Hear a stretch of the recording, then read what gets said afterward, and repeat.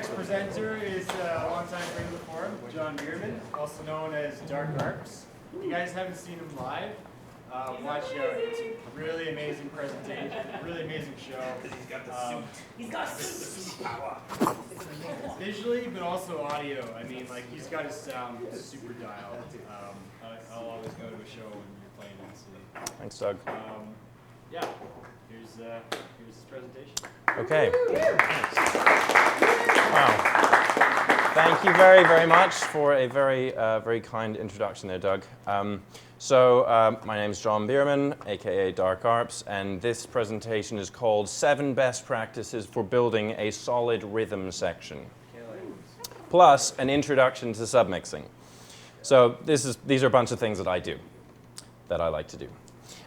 So just a quick intro about myself. My name is John. I've been producing engineering music or electronic music and both electronic and acoustic music since 1997.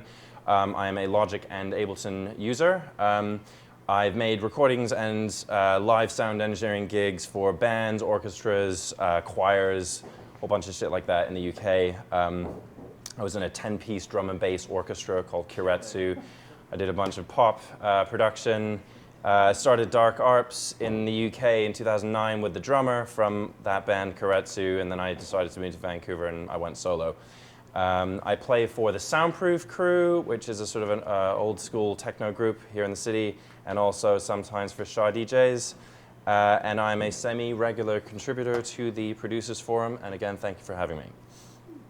So, 7 best practices for building a solid rhythm section.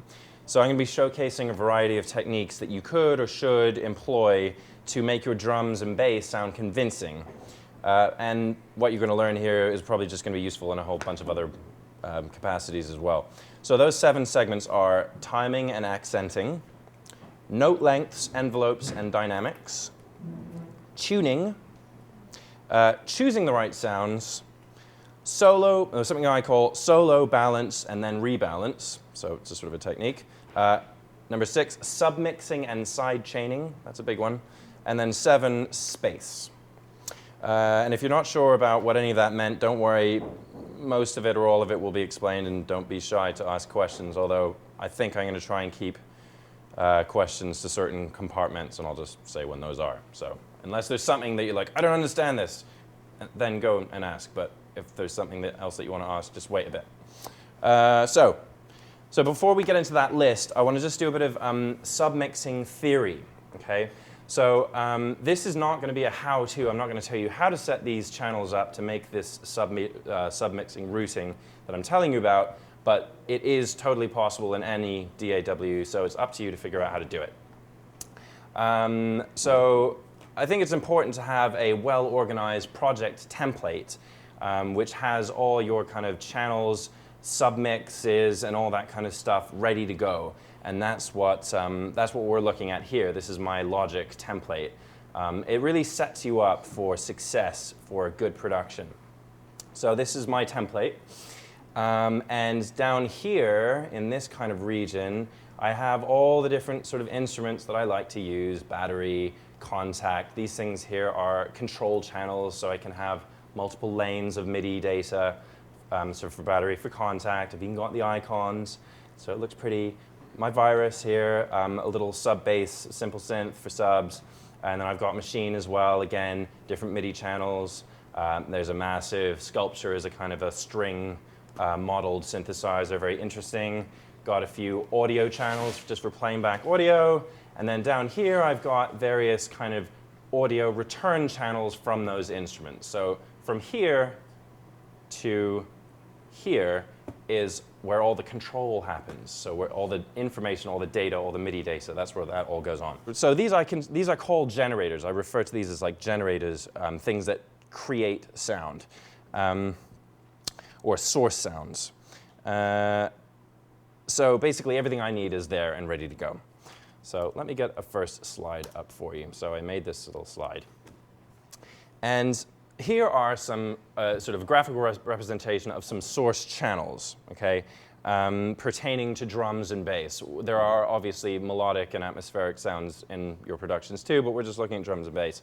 So, you know, I've got a kick low, so that'd be like a sub-bassy kick. kick high, some kind of character kick that doesn't have low frequencies in it, hi-hat, snare, claps, shaker, percussion, ride. Just a kind of standard example of some stuff I might have in my drums. And then here's a few different bass sounds: bass sub, bass high, bass other. I don't really know when I start a production what I'm going to have in my tunes. And that's the thing. This is an unknown number of channels. So as a production becomes more complex, more and more sounds or generators clutter up the arrangement, right? And that's why I have things organized like this, so it's a little more manageable. But the project does become difficult to manage. This is why I use submixing. So the concept is that I'm going for a progressively more and more simplified set of channels which I EQ, compress, mix, and effect. So you're starting with a multitude of different channels: kick drum, snare, hi-hats, chicka-chickas, whatever, and we're making them more and more manageable into smaller compartments. So here's the next slide.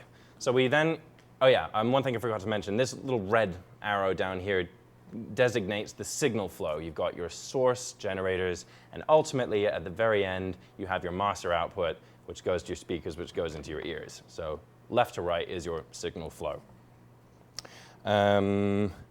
So this here is the first stage in the submixing process. I've created 4 submix channels for each category of sounds, i.e. drums, bass, melodic, and atmospheric. So that's a kind of concept called 4-bus submixing, which I actually learned from Gates. That really kind of sort of changed things for me, so respect to him. So basically, I can route any of these source sounds, an unknown quantity of which there are. I can route to any of these submixes. So I could do something like this. So here we have the 2 kick channels, the kick low and kick high, going into drum submix 01. The hats, the shaker, the kind of percussive sounds. I don't know, that might be like a conga or something. The ride cymbal going into drum submix 03. And then I've got my snare and clap going into drum submix 02. That's how I like to do it. Then here we have like bass sub going to bass submix 01, bass high into 2, bass other into 3. Again, don't know if I'm going to add more bass sounds later, but I always have the ability to simplify the audio. So, oh yeah, and then these bits shaded out that say other represent the other sounds in your mix that aren't drums or bass. So melodic sounds, atmospheric sounds, reversey sounds, vocals, whatever. Okay, next slide. So you always have 4 groups of Yes, yes. 4 submixes, exactly. That's how I function. However, obviously you can adapt this to any way that you like to work. I know some people who wouldn't even need 4, and 3 would be enough. It's just to give you an idea of an example of how to use this system, and then you'll be able to kind of adapt it to what works for you. So now that routings are made, I can now rename these submix channels to something that means something rather than drum submix 01, 02, 03, 04. I can now call them something because these 2 kicks go into this channel, therefore this is the kick channel. All of this sort of percussive-y stuff that isn't a snare or a thing that hits on beat 2 and 4, mostly, is a kind of percussion sound. And then the rest of them, snares and claps, yeah, they're kind of like clack kind of noises, so they go to snares. And then again with the bass sounds, it's like we've got a sub layer, a growl layer, a reese layer. These are just kind of descriptive names that help me understand, like help me get to know my project. It's almost like it has a personality and you get to know it. So things are becoming a little more manageable now, and I can add as many new source sounds as I want, and I can always route them into these different categories. So what about drums FX and bass FX, you may ask? Using sends, and again, this is how I do it. You don't have to do it this way, but this is how I do it.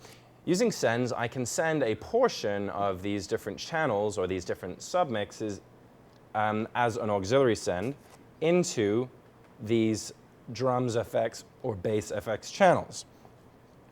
And I can use these FX channels for parallel processing, adding reverb, delay, distortion, whatever.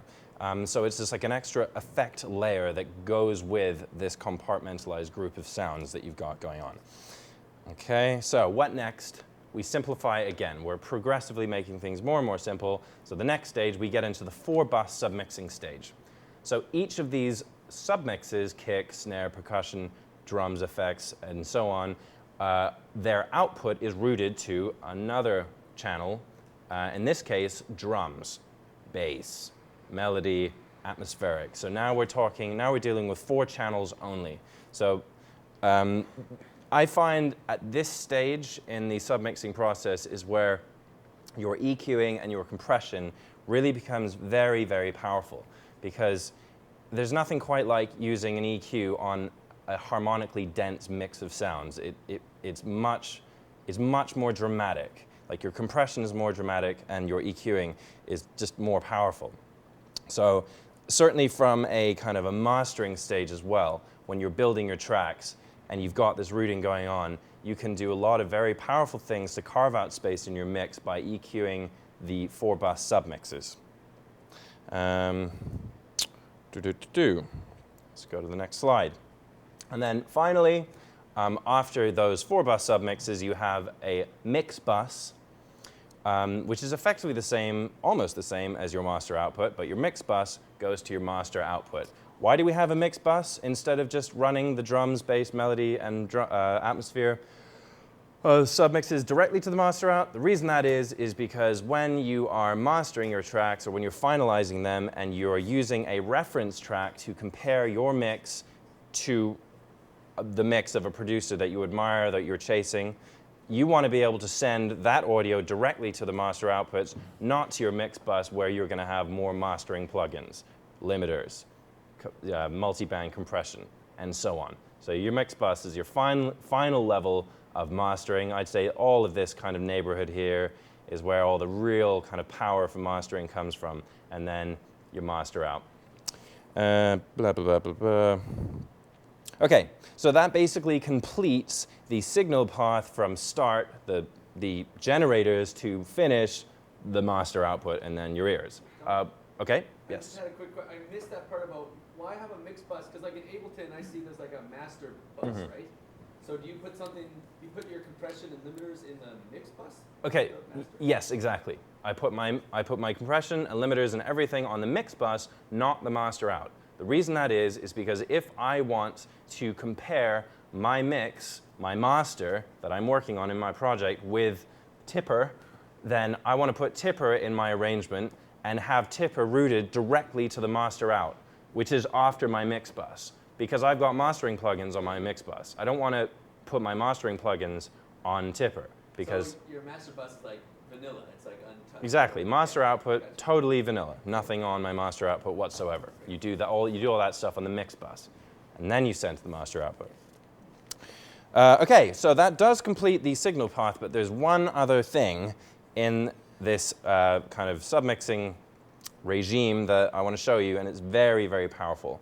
And well, here it is. So basically, I call it multiband 4-bus submixing. So these submix channels here, instead of going directly to the drums and bass and melody and atmosphere submixes, instead of going directly to them, they go to a special little channel, which I just call pre-drums, pre-bass. And the purpose of that channel is to allow me to split that audio into 3 bands. So I have another 3 channels that listen to this channel, and then this channel here has a low-pass filter, and this channel here, and the cutoff would be at, I don't know, maybe 100 hertz, I guess, 150, depends. Mid from 150 to, say, I don't know, let's say 6K. Let's say 150 hertz to 6K, and then high frequency, you've effectively got a high pass filter running from 6K to 20, right? And why this is really awesome and powerful, I will explain a little bit later in the next part of this presentation. Does anybody have any questions?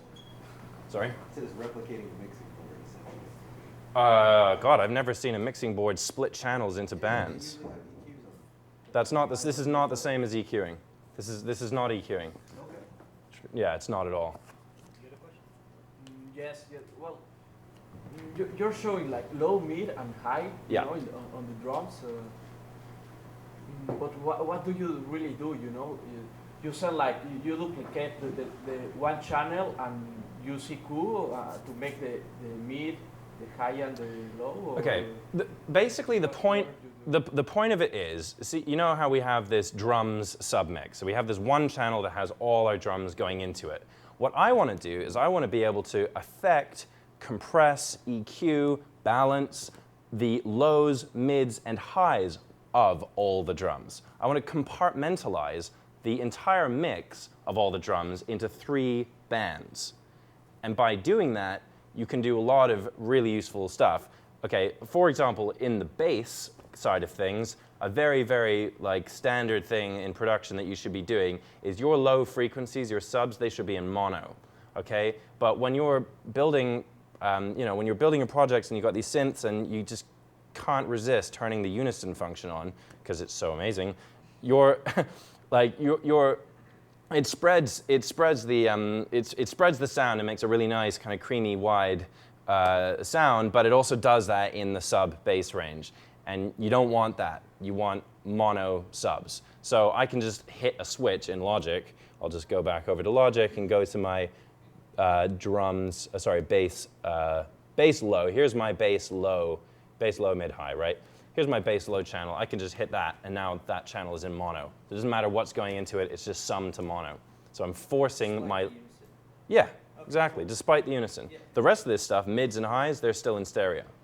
Right? So you still get the nice stereo width in the mid-range and maybe in the highs if there is any high frequencies in your bass. But you can go bam, force bass into mono. And there's other stuff that you can do too, but I'm kind of getting ahead of myself here because I was going to talk about it. Yes? So just looking at those 3 different EQs up top. Yes. And so those are like separating, so now you have 3 discrete. Exactly. This is, so, okay, so basically, here it is. Here are those submixes I was talking about. So if we go over here, I'll just go up. Bass submix 01, 02, 03, 04. That's them here. Yeah. Ditto, drums. Okay? And then if we go over here, these channels that say pre, that's basically this channel here, drums pre. Actually, I have a misnomer here with my naming convention. That's called bass sub. These 2 are the same. So that channel there receives audio from these. And then these channels here receive audio from that. And then these channels here have EQs on them that split the audio into 3 discrete bandwidths. Oh, okay, now I'm getting it. Yeah? Yeah, cool. Who doesn't get it? Okay. That just made All right. Is there any other questions about the whole submixing thing? Yes. For like that sub thing, couldn't you just use like a multiband imager rather than just like splitting all 3 things? What do you mean by a multiband imager? So you just put like one plugin on everything and it separates the highs from the lows. Yeah, but what if I want to put, I don't know, a particular plugin on the lows? What if I want to sidechain compress the lows? Yeah. That's the big one, right? The whole, I mean, I'm sure a lot of you know about sidechain compression or you've heard about sidechain compression, correct? Yeah.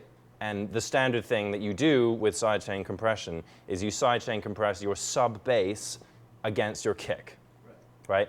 This system takes that to like a much bigger level because I can now sidechain compress the low end of my bass against the kick.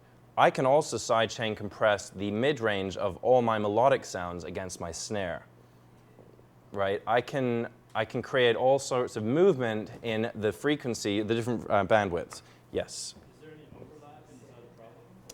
Or? I suppose there is because basically these channels, I mean, actually this template I'm showing you, more recently I worked with it and I changed the slope to something a bit more severe like that to prevent there being more overlap. And so, but I mean, this is a Logic's linear phase EQ. It's supposed to be their kind of really fancy schmancy one.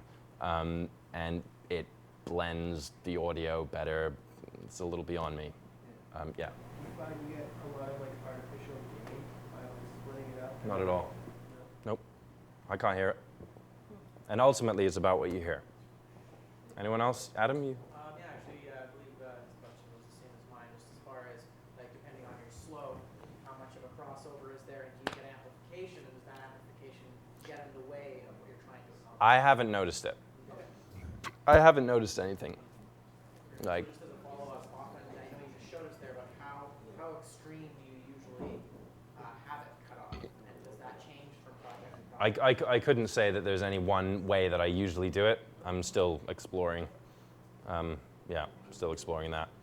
Okay, shall we move on?